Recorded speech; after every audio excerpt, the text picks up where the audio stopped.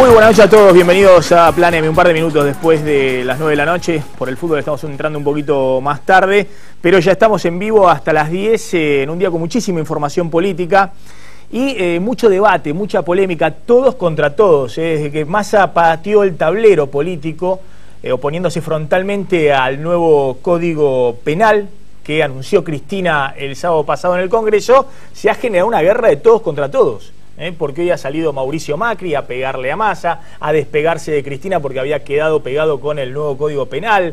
Bueno, ha salido el presidente de la Corte Suprema de Justicia. Ahora le vamos a contar todos los entretelones, pero hay una batalla política muy, muy fuerte. En un ratito también vamos a estar con este señor, que es el presidente de la Sociedad Rural Argentina, Luis Echevere, y con él vamos a hablar si con el dólar a 8, ahora sí, el campo empieza a vender la soja y a ingresar los dólares fuertes de la cosecha gruesa. El dólar se ha estabilizado en los últimos días, el gobierno dice cantar victoria. Bueno, es el momento para que empiecen a vender los sojeros sus productos, la soja, e ingresar más dólares al país. Lo vamos a discutir en un ratito con Echevere. Bueno, acá está. Este es, para los que preguntaban, este mamotreto, obviamente fotocopiado. Creo que el 14 de febrero pasado se lo alcanzaron a Cristina encuadernado, ¿no? Sí. Con una tapa en cuero, es decir, muy lindo, con letras de molde. Se lo llevó el doctor Zaffaroni y un grupo de diputados. Anteproyecto Código Penal de la Nación Argentina. Obviamente lo fotocopiamos porque no tenemos el privilegio de acceder a esa encuadernación que lo tiene Cristina, me imagino, en la mesita de luz. Sí, en Olivos lo está revisando. Con Leonard Arlanian, con Ricardo Gilavedra. Exactamente, acá están. Anteproyecto de Código Penal, Comisión para elaboración del proyecto de ley de reforma del Código Penal, presidente el doctor Eugenio Raúl Zaffaroni, y los miembros de la comisión que le acercaron este mamotreto hace un par de semanas a la presidenta de la Nación, el doctor León Arlanian, la doctora María Elena Barbayelata, que es diputada del socialismo, sí, el doctor Ricardo Gilavedra, que es diputado de la Unión Cívica Radical, el doctor Pinedo, que es el jefe de diputados del PRO, el doctor Julián Domínguez, que es, Julián Álvarez, que es además de integrante de la Cámpora, el secretario de Justicia de la Nación, sí, el viceministro de Justicia, y el doctor Roberto Manuel Carles, que es el coordinador de todo este anteproyecto del Código Penal, que es todo este mamotreto que ustedes ven acá. Bueno, un ratito vamos a estar debatiendo qué hay acá adentro, y por qué tanto escándalo, y por qué la oposición frontal de Massa, y ahora todos salen a despegarse también, porque hoy Macri también dijo que no lo apoyaba, pese a que está el doctor Pinedo acá firmando. El radicalismo ha salido a despegarse también porque Julio Cobos ha dicho que favorece a los delincuentes, pese a que está firmando el doctor Gilavedra. Y bueno, se ha armado un gran revuelo político. Yo creo que más allá del contenido, Cristina siente en un tema que no tiene nada que ver con la coyuntura y los problemas que estamos viviendo desde el punto de vista económico, que un jugador político de peso que viene con toda la escuela Kirchner y del peronismo se le planta enfrente. Y el kirchnerismo, que está acostumbrado a doblar siempre la apuesta, encuentra que alguien se le plantó enfrente y le redobla la apuesta.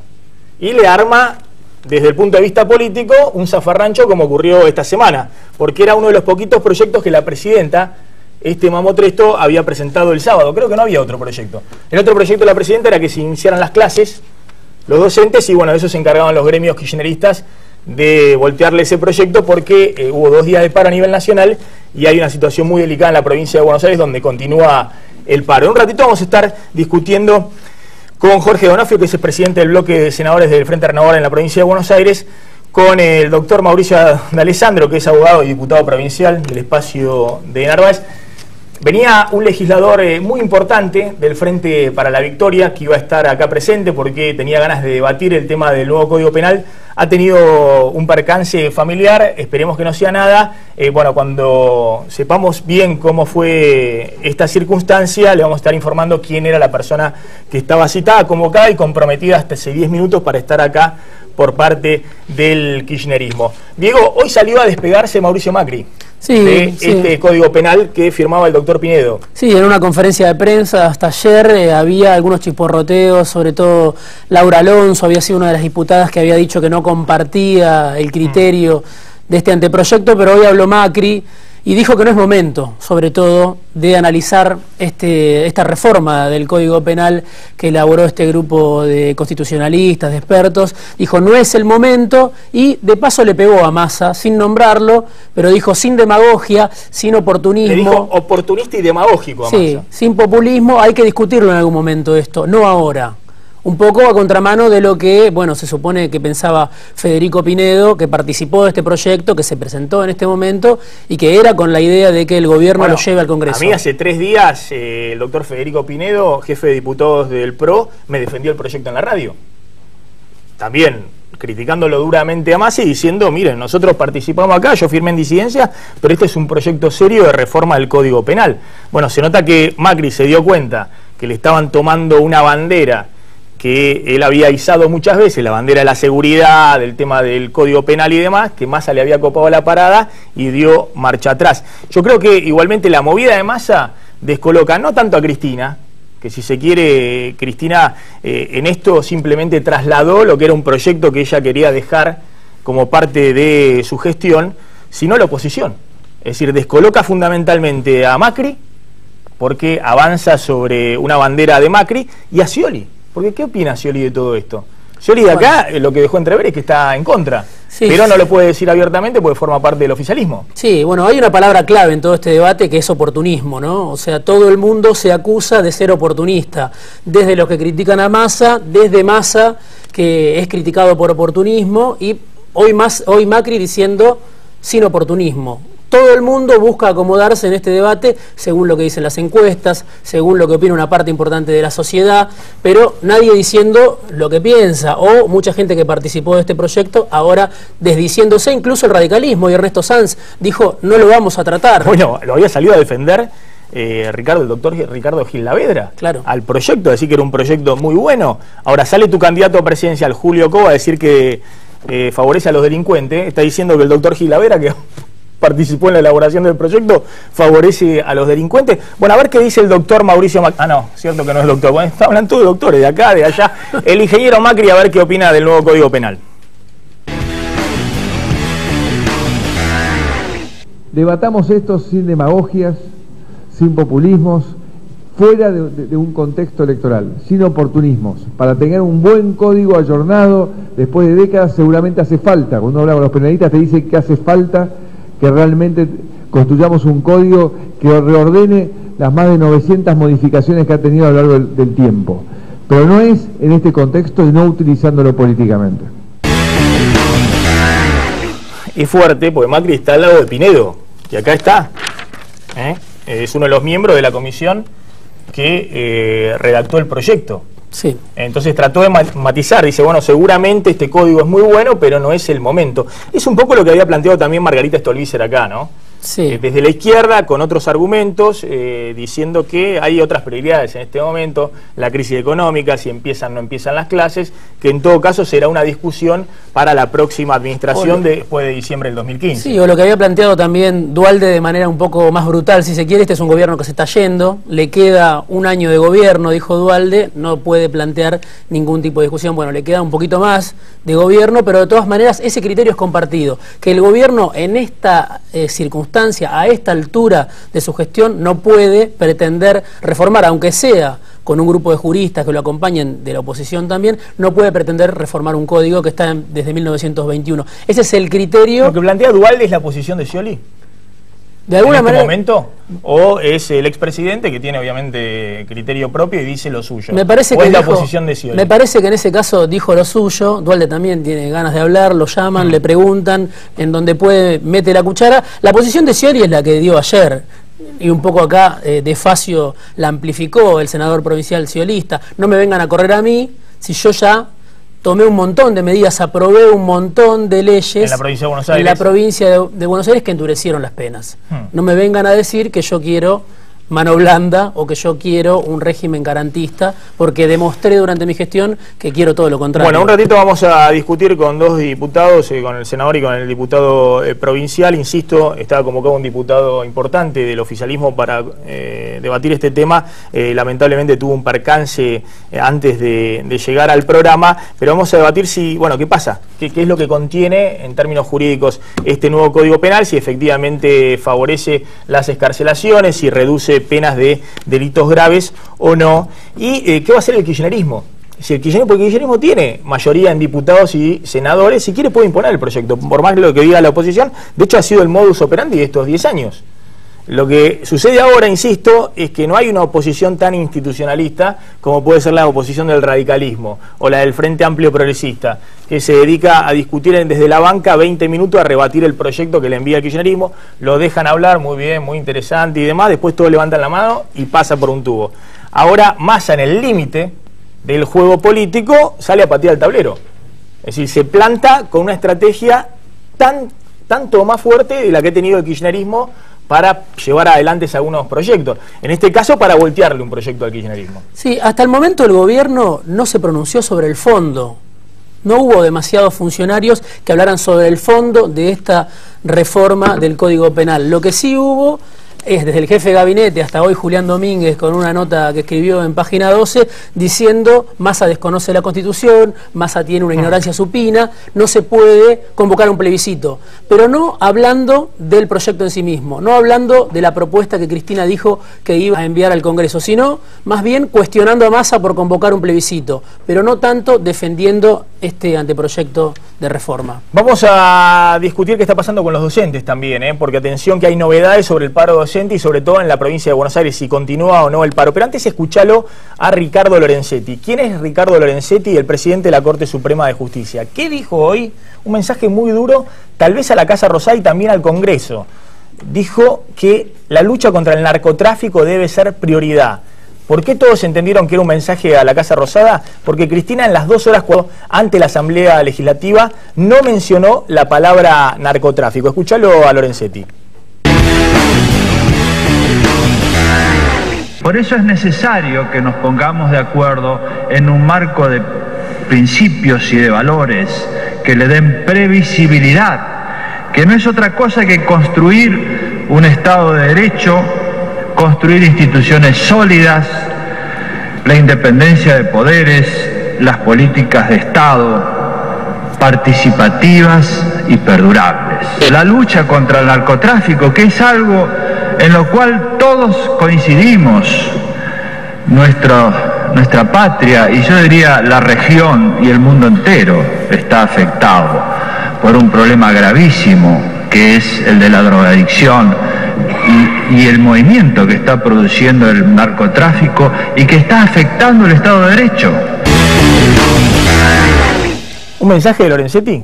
Sí, muy fuerte. Hace rato que está preocupado con el narcotráfico, ha dicho que es un colador la frontera norte, que los jueces federales en la zona norte le vienen advirtiendo que pasan caravana de narcotraficantes. Sí, tuvo su polémica en su momento con Sergio Berni, pero esta frase, la del final, el narcotráfico está afectando el Estado de Derecho, mañana probablemente sea la tapa de varios diarios, o sea un título de tapa sin duda, un mensaje fuerte de Lorenzetti arrancando el año judicial y poniendo el foco en ese tema.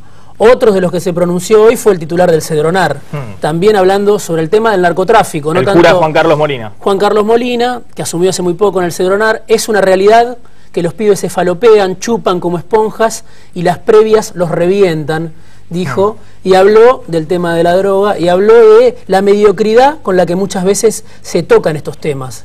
Dijo la mediocridad con que la dirigencia trata estos temas. Juan Carlos Molina, que es una persona ligada al kirchnerismo, por supuesto, y también a Francisco. A la iglesia. A la iglesia, sin duda.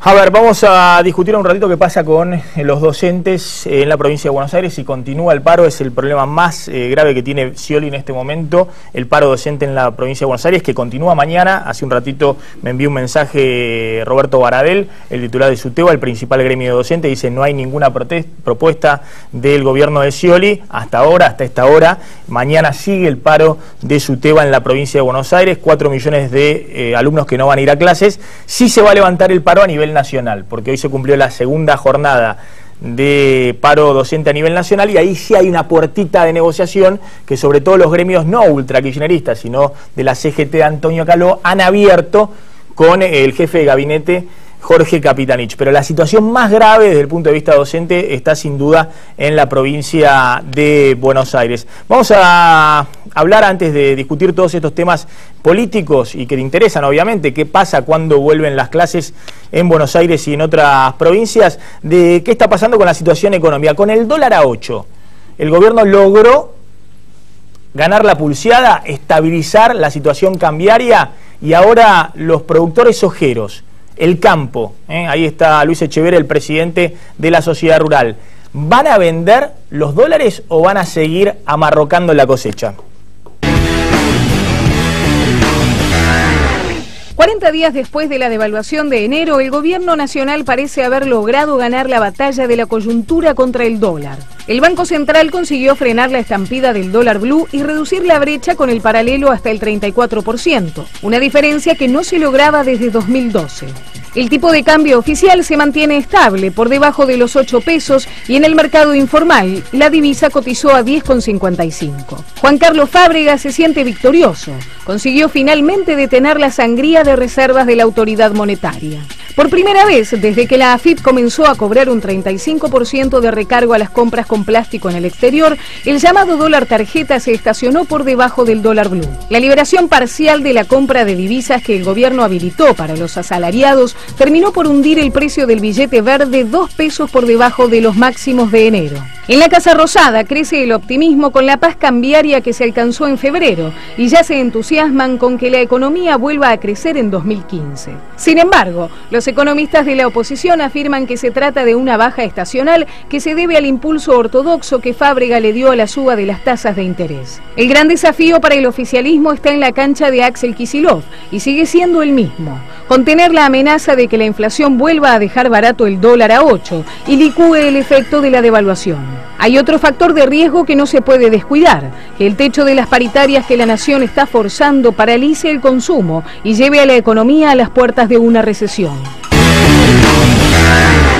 Bien, ya estamos con el titular de la Sociedad Rural Argentina, Luis Echeverri. Gracias por venir. No, por favor, gracias por la invitación. Bueno, el dólar a 8 es un dólar que invita ahora sí a los productores sojeros a vender la soja y a que ingresen dólares fuertes ahora a partir de fines de marzo, abril, mayo en la Argentina. La situación está muy bien descrita en el informe que acabamos de escuchar. La clave es la inflación. Mientras que no sepamos claramente qué va a pasar con la inflación y no se vea que el gobierno la está combatiendo y la reduce o tiene metas que sean creíbles, no creo que cambie la actitud de los productores de ir vendiendo su producto a medida que necesitan a través del año. Como vos sabés, el productor agrícola cosecha una vez por año, con el producto de esa cosecha tiene que vivir 12 meses, y si no hay estabilidad monetaria, no hay una moneda estable, va vendiendo ese producto a medida que necesita pagar las cosas que van guardando una relación con el valor de lo que tiene para vender. Si uno, a cualquier persona que nos está viendo en este momento, le dice: vende tu casa, vende tu automóvil y quédate 12 meses en pesos, seguramente nos va a decir: mirá, lamentablemente no puedo hacer eso porque sé de antemano que voy a perder el 30 o el 40% de mi capital. Lo mismo es el productor agropecuario, va vendiendo en forma escalonada a medida que tiene que afrontar sus obligaciones. O sea, es un acto de necesidad y de responsabilidad para poder afrontar las obligaciones durante 12 meses. En cierto momento no hubo, como dicen en el gobierno, un boicot del campo contra de ninguna manera. Cristina. La sensación de que si presionaban con la caída de reserva, el gobierno se debilitaba o tambaleaba. Pero de ninguna manera. El productor incluso están comprobado lo que te estoy diciendo, que hace un mes ya habíamos vendido más del 90% de la cosecha pasada. O sea, se dijo lo mismo que dijimos hace 2 años, estamos diciendo lo mismo, cuando ya la inflación empezó a tener niveles de arriba del 22-25%. Y especulación, el productor agropecuario al revés, no es un inversor sofisticado. Lo que necesita saber al momento de cosechar es que si va a tener producto para pagar los gastos de la cosecha vieja, y si va a poder afrontar el pago de impuestos, vivir, el pago de insumos para afrontar los próximos cultivos. Esa es la vida del productor agropecuario. Y te lo grafico con lo que era en el pasado. Al momento de la cosecha, me acuerdo, daban crédito los gobiernos para que pudiéramos acopiar el producto y no vender todo al momento de la cosecha y producir una baja. Porque ¿qué hacía el productor? Vendía todo, depositaba la plata en el Banco Nación y pagaba las cosas durante 12 meses con una chequera. El gobierno daba crédito para que los productores hiciéramos plantas de silos y podíamos ir dosificando la venta para no generar una baja en el mercado. A ver, con las tasas de interés, primero la devaluación llevó el dólar a 8 pesos, ¿no? Eso es una suba del dólar de 25% en 2 meses, es una suba importante.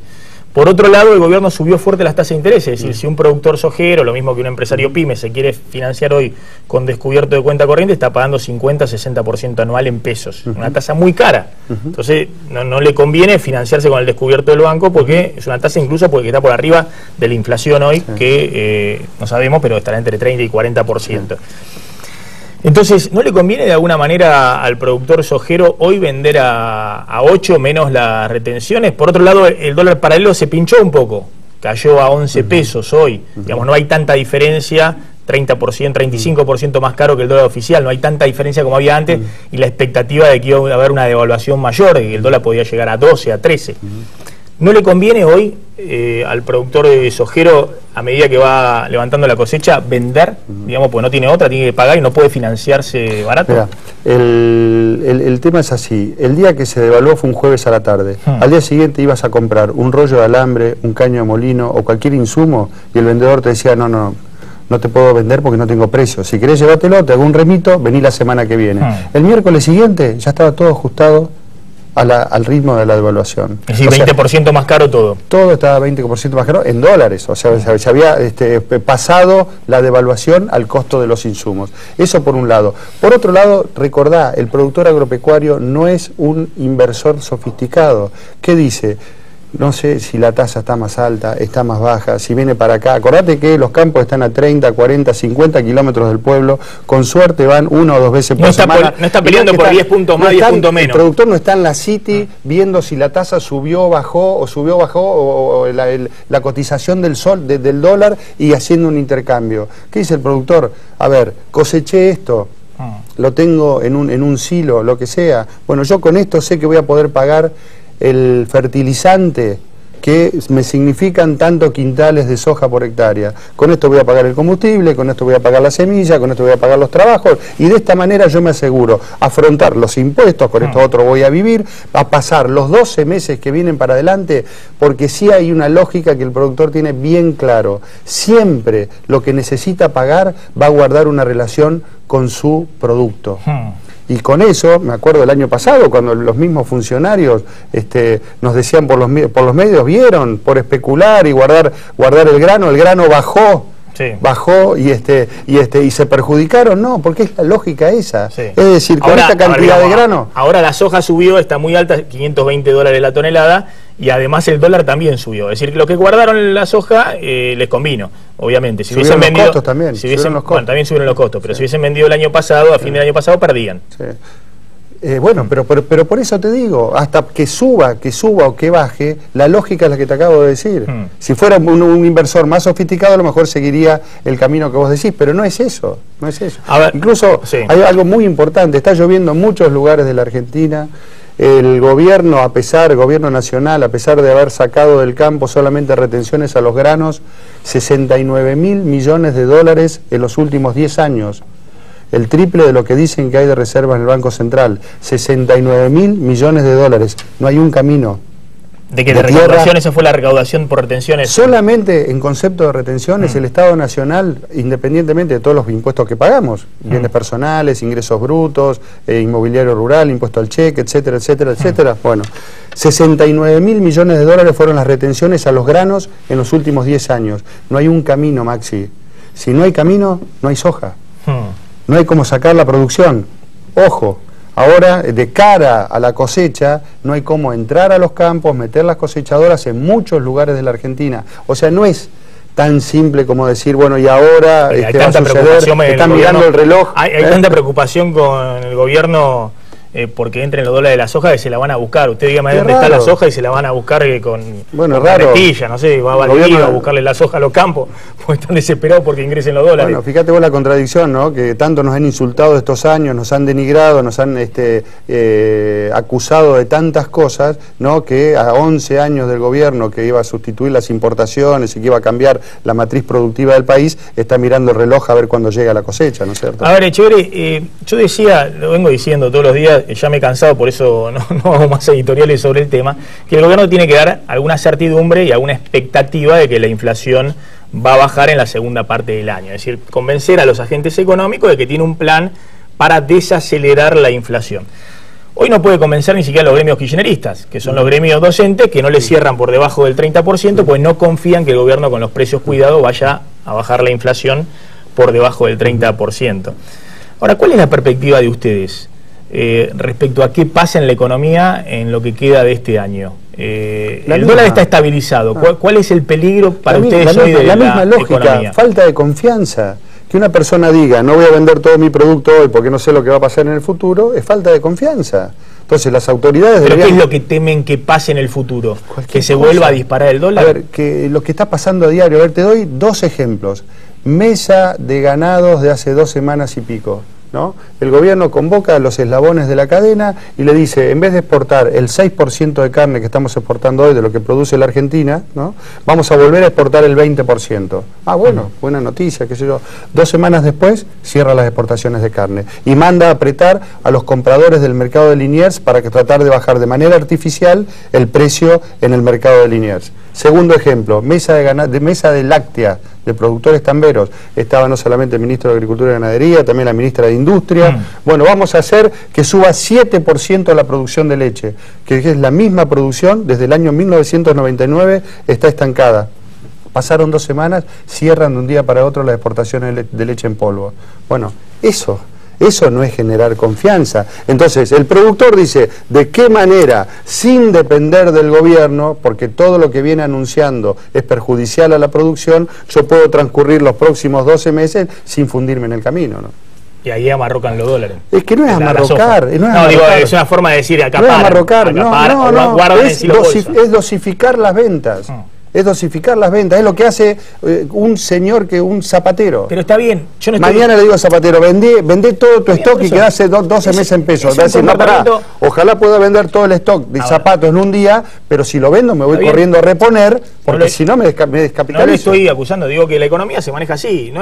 Muchos deben ser kirchneristas de lo que hacen ese tipo de actitud. No sé si queda mucho, en su momento hubo muchos kirchneristas, ahora deben quedar poco, pero lo mismo, la economía son incentivos por un lado, ver cómo está la tasa de interés, cómo va el dólar y expectativa por el otro, exacto. Credibilidad por el otro. Ahora Diego Genú le va a hacer una pregunta política, porque estuvieron reunidos con todos, con Massa, con Scioli. Hoy con la Unión Cívica Radical. Bueno, con el radicalismo, con Wiener, con Cobos. Diego le va a hacer una pregunta seguramente sobre qué piensan, digamos, de quién los representa mejor, si hay alguno que los represente. Pero le hago la última económica. ¿Por qué la carne está 70 mangos el kilo de asado? ¿Por qué? Bueno, como cualquier precio de la economía que uno lo mantiene comprimido artificialmente durante mucho tiempo, llega un momento que es como un resorte y en algún momento se suelta y busca su relación con los otros productos. El asado está a 70 pesos, pero también ten en cuenta que un kilo de helado vale 100 pesos o 120 pesos. Entonces, no tiene relación. Sí, o una pizza 80 mangos. Entonces algo que se tarda 10 minutos en hacerlo contra algo que se tarda 4 años y una inversión mucho más grande, no hay relación. De cualquier manera, en la carne específicamente, podríamos tener, si no se hubiesen cerrado las exportaciones en el año 2006, que comimos carne barata en aquel momento 2 o 3 años, pero nos comimos la fábrica, de 61 millones de cabezas, perdimos 12 millones de animales en aquel momento, y todavía hay 138 frigoríficos cerrados y 22.000 trabajadores de la carne en la calle. Hoy tendríamos suficiente cantidad de carne para consumo interno y exportar, y que el consumo interno sea a valores de la canasta local y poder exportar para generar divisas. ¿Quién está haciendo eso? Uruguay. Hoy Uruguay, nosotros tenemos 51 millones de cabezas. Uruguay y Paraguay tienen 12 cada uno. Uruguay con 12 millones exporta más carne que la Argentina, tiene pleno empleo, genera divisas. El uruguayo come más carne que el argentino y muchos cortes están más baratos en Uruguay que acá. ¿Qué modelo es ese? El que la Argentina llevó siempre adelante, exportar los cortes que no consumimos, que son los lomos que comemos cuando queremos bajar de peso o estamos saliendo de alguna enfermedad. Con ese precio sirve de incentivo al productor, si es que hay confianza y previsibilidad, invierte para que haya más oferta, y todo el resto de los cortes, el 80% del resto del animal, que son las pulpas para milanesa, asado, matambre, vacío, etcétera, se consumen acá a precio de la canasta familiar. Eso es lo que deberíamos haber hecho, lo que hizo Uruguay, y que tuvo un camino, tuvo éxito, y lo que no hizo Argentina, que resultó un fracaso. Ahora, explíqueme por qué hoy hablaba a la mañana en la radio, en Latina, con Alberto Samid, que es el vicepresidente del Mercado Central, nombrado por Scioli y creo que también por Cristina, que me decía que él vende ahí, en los mercados centrales que ahora van a hacer, hoy una en Cañuelas, creo que van a La Plata, en distintos lugares, el kilo asado a 39 pesos. El tema es así, eso también es otra parte del problema. Si vos ves un gráfico de lo que es el precio al productor los últimos 3-4 años, es una meseta. El precio al consumidor ha subido permanentemente. Sí. La semana pasada, te digo, compré colita de cuadril en Entre Ríos a 55 pesos cuando está acá a 110. Bueno, es la distorsión de los precios, es la inflación, es la intervención de los mercados. ¿Son los supermercados en el medio? La política de precios máximos, precios mínimos. Bueno, alguien se está quedando con esa diferencia. Si no se la lleva el productor por un lado y por otro lado el consumidor paga más caro, hay que revisar el sistema. Diego Lleno, una pregunta.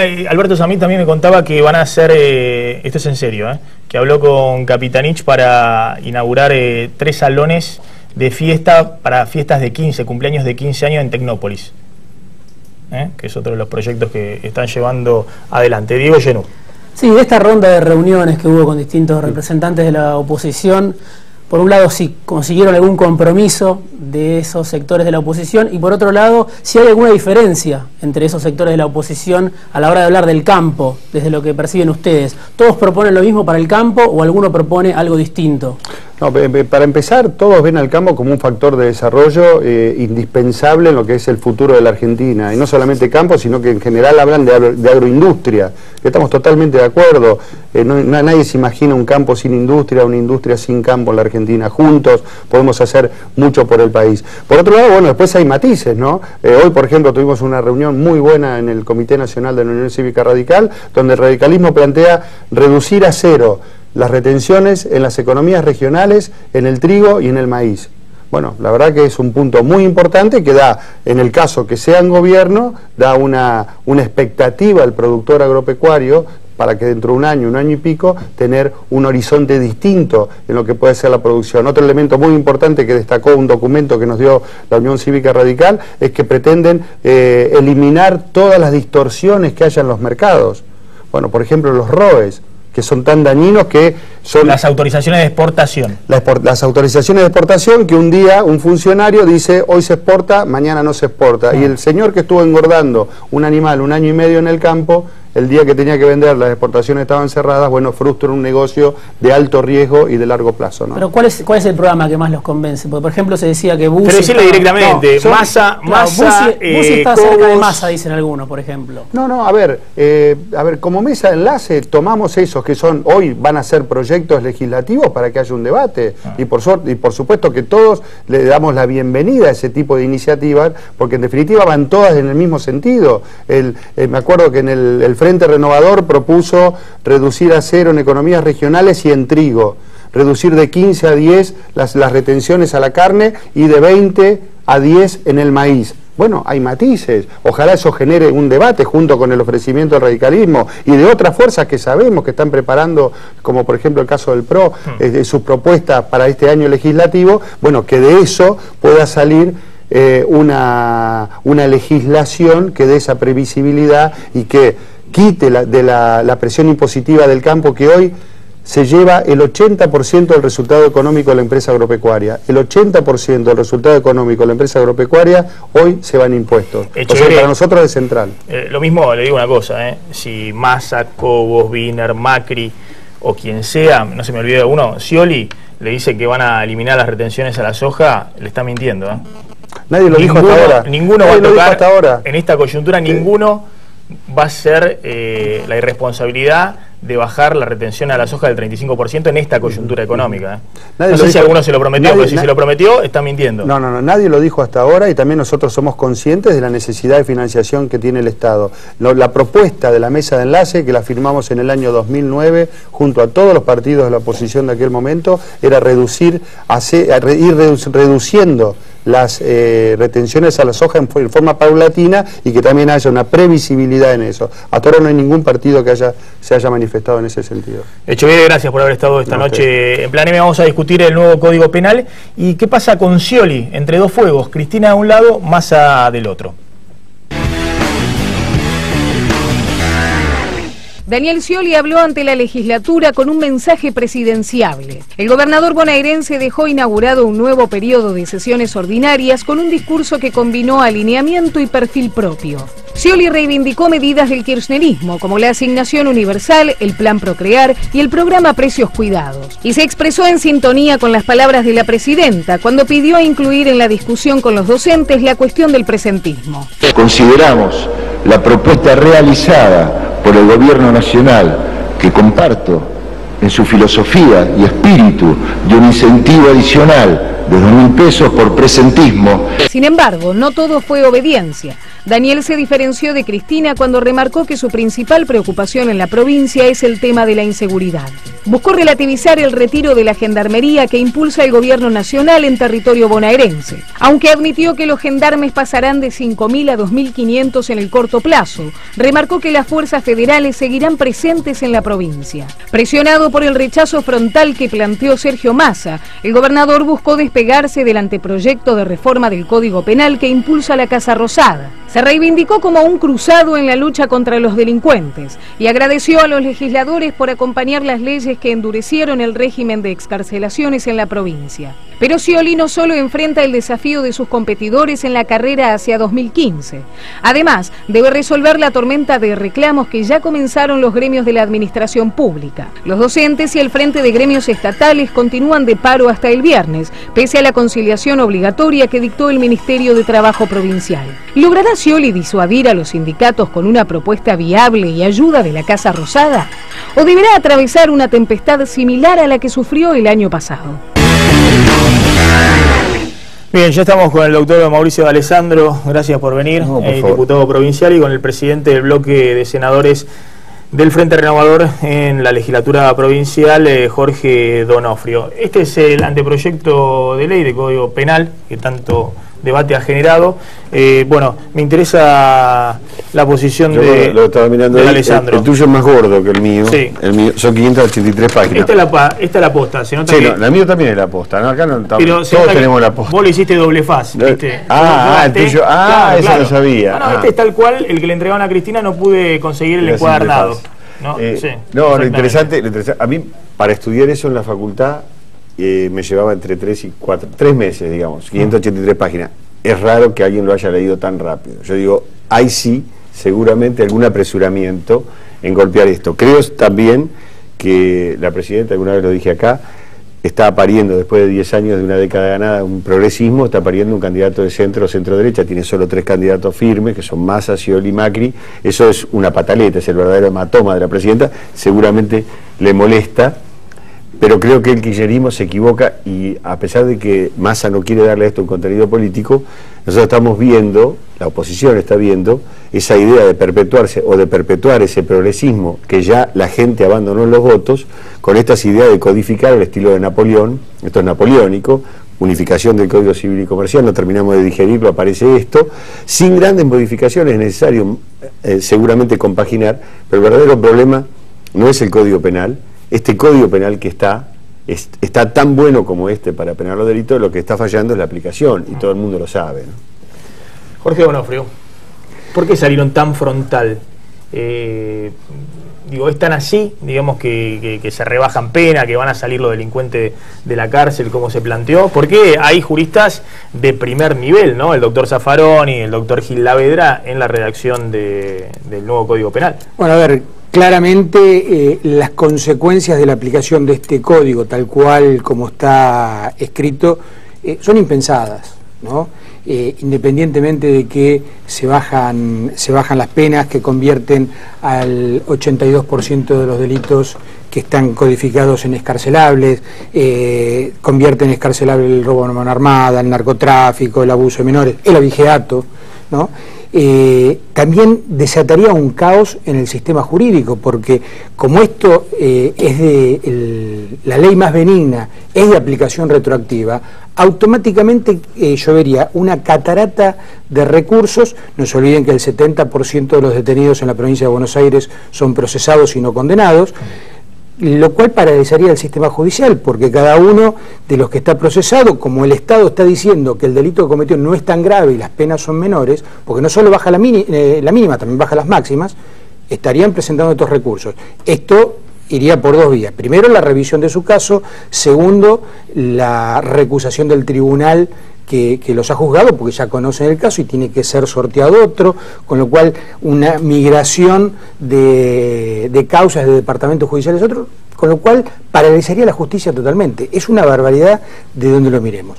Coincido con Mauricio que esto hay que reverlo, el Código Penal, que se tiene que dar un debate, y justamente acá cuando nos dicen que Massa es oportunista, yo digo que fue oportuno, porque ¿saben qué pasaba con esto?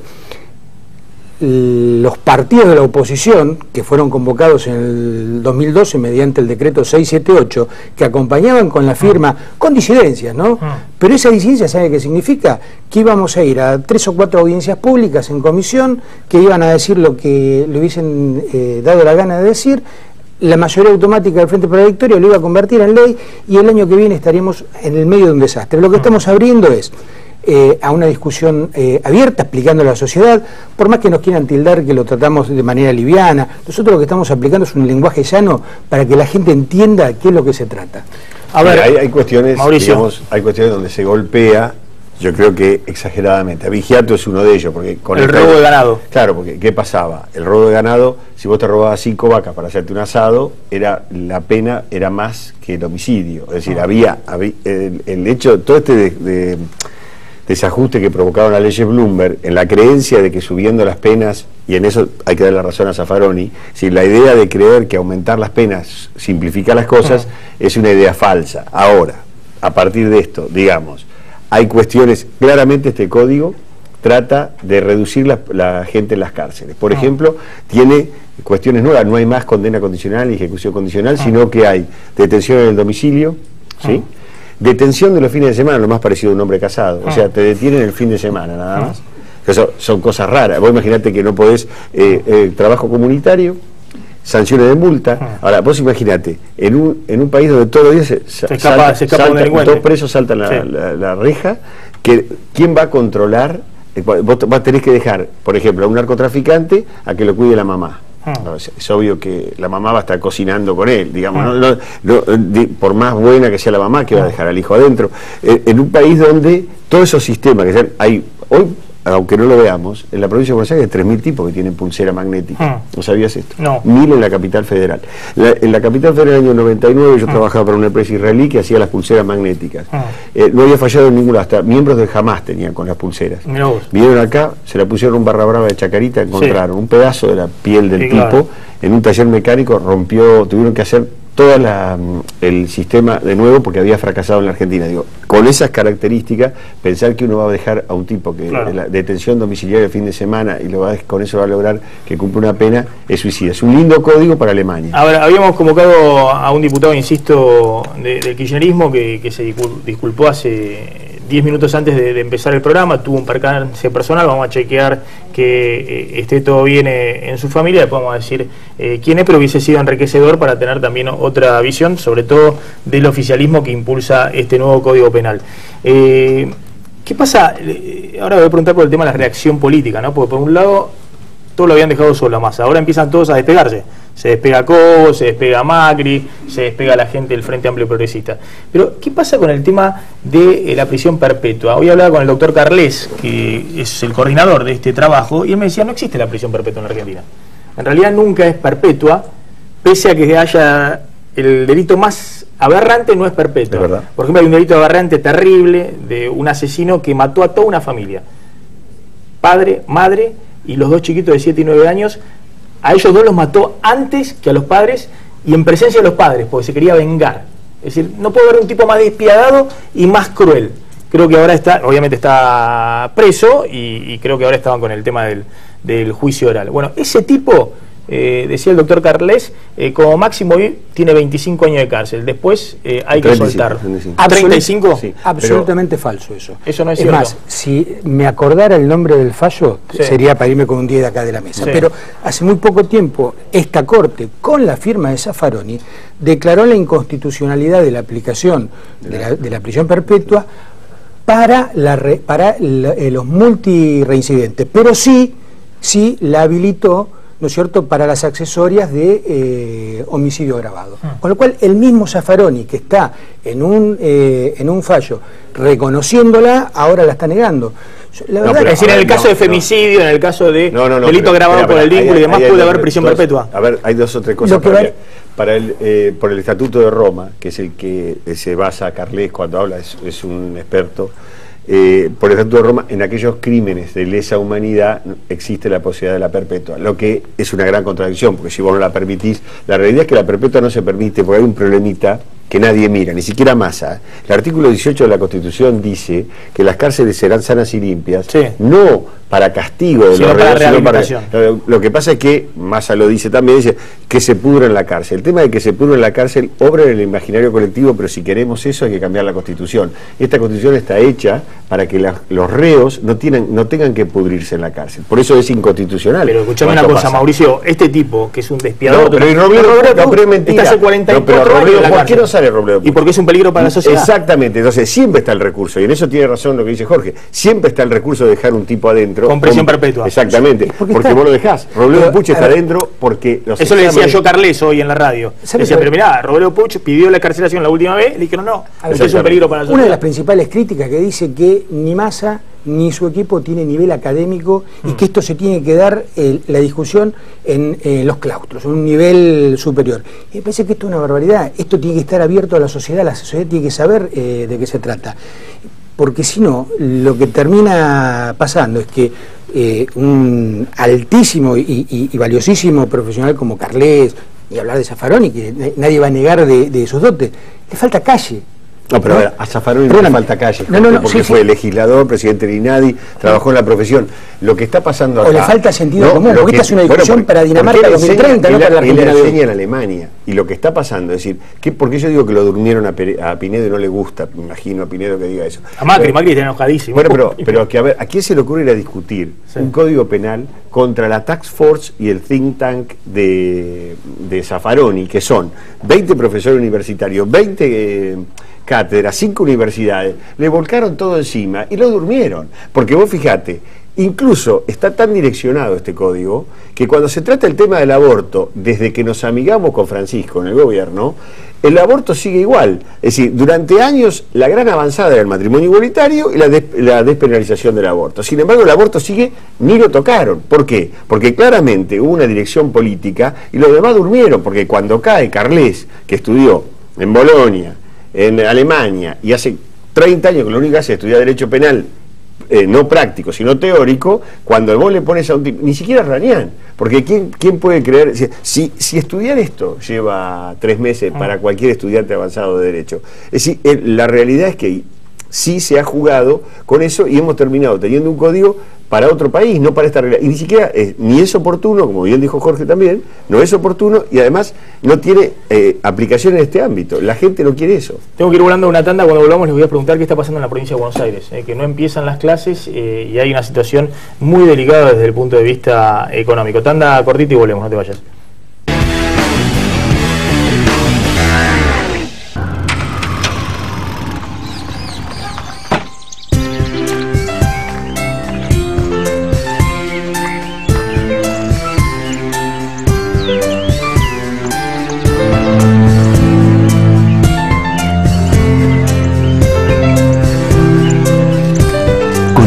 Y Somiers, Luna del Sur.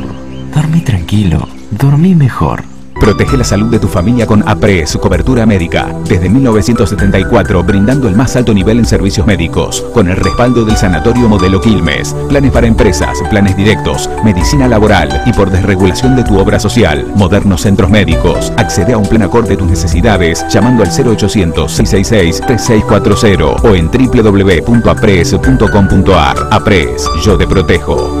Reloj Esfero, para marcar los momentos inolvidables.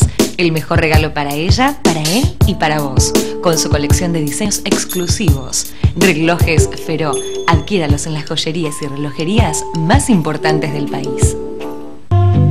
Osmédica, la obra social de los médicos y todos los trabajadores activos, inauguró en Temperley una nueva delegación para la atención de los beneficiarios de la zona sur del Gran Buenos Aires. Gestione allí autorizaciones, opciones de traspaso, afiliación de grupos familiares, renovación de credenciales y otros servicios. Desde ahora seremos un vecino solidario más y nos encontrará cada día en Almirante Brown 3351 Temperley. Informes 0800 999 5396. Una razón más para estar con nosotros. Osmédica, la obra social de los médicos y de todos.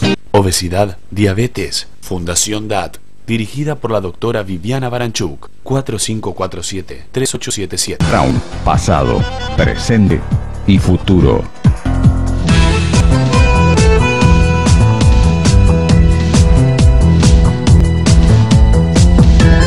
Almirante Brown, ciudad de las artes y las ideas. El lavado de manos sigue siendo la medida preventiva más eficaz para evitar el contagio de enfermedades. Adoptemos este acto simple y sencillo a nuestra vida. Es un consejo de AISA. Acoiti Rivadavia, Centro Comercial de Caballito. Aquí, como en todo Buenos Aires, inmobiliaria se dice ahora Adrián Mercado. Adrián Mercado, gestión inmobiliaria. El placer de operar con el que sabe. Cabildo y juramento. Foco comercial y como todo Buenos Aires, retail se dice ahora al mercado. Adrián Mercado. Gestión inmobiliaria. El placer de operar con el que sabe. Seguimos, la NM. Diego Genú, ¿empiezan o no las clases mañana en la provincia de Buenos Aires? Y en la provincia de Buenos Aires no, porque SUTEBA ratificó hoy, lo dijo Roberto Baradel, el dirigente de este gremio que está alineado con CETERA a nivel nacional. No hay ninguna oferta, mañana también hay paro, 72 horas, el máximo de extensión de esta medida. El resto del país vuelven las clases en casi todo el país. Hoy hubo una reunión, como comentábamos al inicio, de los 4 gremios de la CGT con Capitanich. Y la clave, igual para el tema nacional, es el miércoles que viene, donde se supone que el gobierno oferta para complacer a los docentes o para acercar por lo menos posición. ¿Qué está pasando en la provincia de Buenos Aires? Que de nuevo, con complicaciones financieras, el tema de las clases sin duda es el más complicado porque ha quedado con un sueldo muy alejado de lo que ofrece Scioli en la ciudad de Buenos Aires o Fati en Santa Fe. Y por más kirchneristas que sean los gremios en la provincia, dicen así no podemos cerrar. Que hay una gran contradicción entre lo que dice Scioli y la realidad. Pues Scioli nos viene diciendo desde que mandó el presupuesto a fines del 2013 y lo que dijo en la Asamblea Legislativa, que es una provincia desestresada, que se está desendeudando, que somos un fenómeno nunca visto, pero no alcanza la plata para pagarle el sueldo a los docentes. Nosotros el 6 de enero nos juntamos en La Plata para pedirle que adelante las paritarias, nos tildaron de oportunistas. Hoy no empezaron las clases en la provincia de Buenos Aires ni sabemos cuándo van a empezar. Entonces, es momento de gestionar y a tomar conciencia de lo que es la provincia de Buenos Aires. Es cierto que no tiene plata, ofreció 25%, 25,5%, pero en 3 cuotas. Recién a pagar la última en noviembre, con sueldo de noviembre se paga en diciembre. Y eso lleva 4.500 pesos de salario inicial recién en noviembre, cuando Macri va a tener un salario inicial ya en agosto en la ciudad de Buenos Aires de 6.000 pesos. Entonces la disparidad, y Bonfatti en Santa Fe de 6.500 pesos. Cuando hay inflaciones similares y costo de vida similar en Buenos Aires, Santa Fe o Ciudad de Buenos Aires. ¿Hay dinero para ofrecer más a los docentes en la provincia? Según Scioli, evidentemente sí. Es más. No, pero ¿cómo va a haber dinero? Pero estás tomando el pelo. ¿Por qué? Escúchame. Bueno, nosotros nos tomó el pelo nosotros votamos un presupuesto el año pasado, sí, sin pauta salarial. Calculaba que no le iban a aumentar nada. Cero de pauta salarial. Y después pusimos una inflación, porque lo mandó Cristina, 9,9 en el año, se lo gastaron en 2 meses.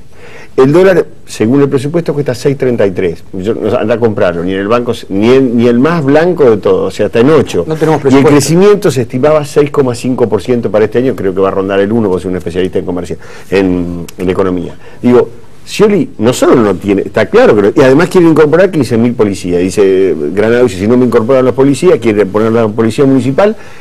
No hay forma de soportar esto, salvo con endeudamiento, pero no hay banco provincia que resista el endeudamiento, ni bonos que resista con las tasas que se están tomando. No existe forma de financiar esto. Tiene razón Scioli que no tiene la plata. Lo que pasa es que a los gremios docentes, y que se han pasado 10 años aplaudiendo como la foca, a este gobierno, porque claramente era del mismo signo. Ahora, ¿qué pasó? Se dieron cuenta que Moyano aplaudió y se llevó 12.000 pesos para un rector de basura. Y que los docentes ganan 3, 4, 10 y no llegan mínimo vital y móvil con lo que le ofrece Scioli. Es decir, no hay solución para esto. Los docentes van a tener que pagar la fiesta de aquellos que aplaudieron durante mucho tiempo al gobierno nacional, diciendo que había realmente un aumento de presupuesto, porque no se sabe, es lo mismo que el presupuesto de Scioli, cuando llega el momento se aspira para otras cosas, porque claramente la plata no está en los docentes, o sea, los docentes los están reventando, es decir, nosotros estamos despreciando la educación como en un periodo donde la Argentina tuvo la posibilidad de haber aquilatado plata para la educación, que es lo que va a la Argentina. ¿Cómo se explica? ¿Qué tiene que hacer Scioli en este momento por el conflicto? En principio gestionar como corresponde, pero digo, ¿cómo es que no está la plata para pagarle a los docentes? Si, a ver, no solo hicimos, por ejemplo, recitales durante todo el verano, pasado mañana el gobierno de la Ciudad de Buenos Aires va a hacer un recital en Comodoro Rivadavia con Catupecumacho, las pelotas, están todos los afiches con Buenos Aires, la provincia, en Comodoro Rivadavia. Entonces quiere decir que estamos bárbaros en la provincia de Buenos Aires y que tiene que sobra pagar a los docentes. Estas son prioridades que no se entienden. Cuando uno ve al Banco Provincia, a ARBA, a Lotería, haciendo eventos y publicidades a mansalva, y no tenemos para dar un aumento a los docentes, y encima mentirle y solicitarle que tengan la vocación de trabajar por 3.300 pesos, es una locura. Gracias a los dos por haber venido esta noche. Bueno, y esperamos retomar este debate, sobre todo el Código Penal, también diputado del kirchnerismo, para enriquecer la discusión que seguramente se va a sostener en las próximas semanas. Nos estamos yendo a una tanda muy corta y ya volvemos, no te vayas.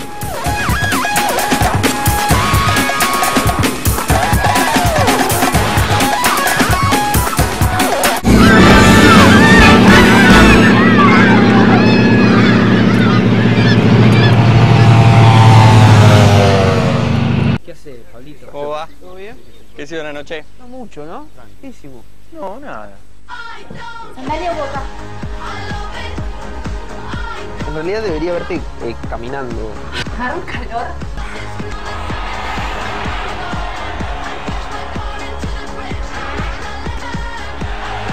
Y no mucho más, Pablito, ¿eh? No te perdiste de nada. No te pierdas ningún encuentro. Quilmes, el sabor del encuentro. Vivamos establemente. Oreo junto a Río 2 lanza una fantástica promo. Encuentra personajes en las galletas y los stickers coleccionables dentro de cada. Además, ingresando el código de los stickers en la aplicación, podrás ganar más de 1.000 premios y tu familia, la UCI y toda la magia de Río 2. Solo en cines.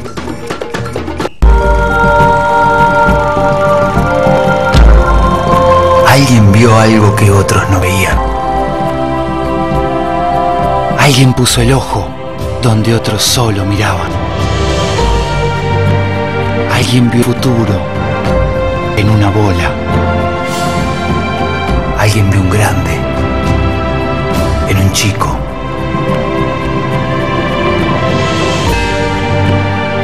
Alguien necesitó creer para ver. Alguien supo que eso que relucía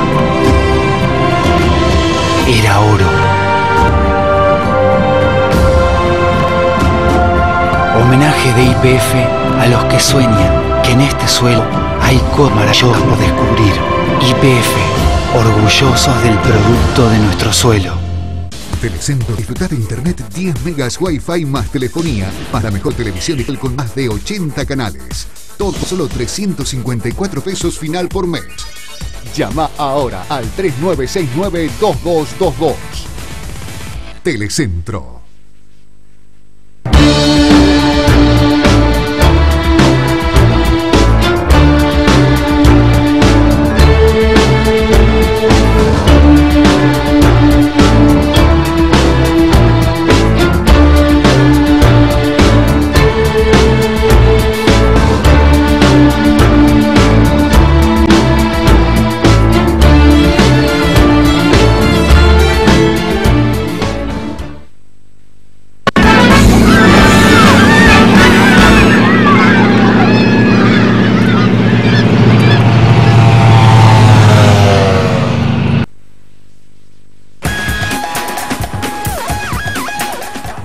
Bien, nos estamos despidiendo hasta mañana. Mañana viernes, noche de picada con periodistas, así que se viene una noche divertida el día de mañana, viernes a las 9 de la noche como siempre. Quédense en Canal 26. Chau, hasta mañana, pásenla bien.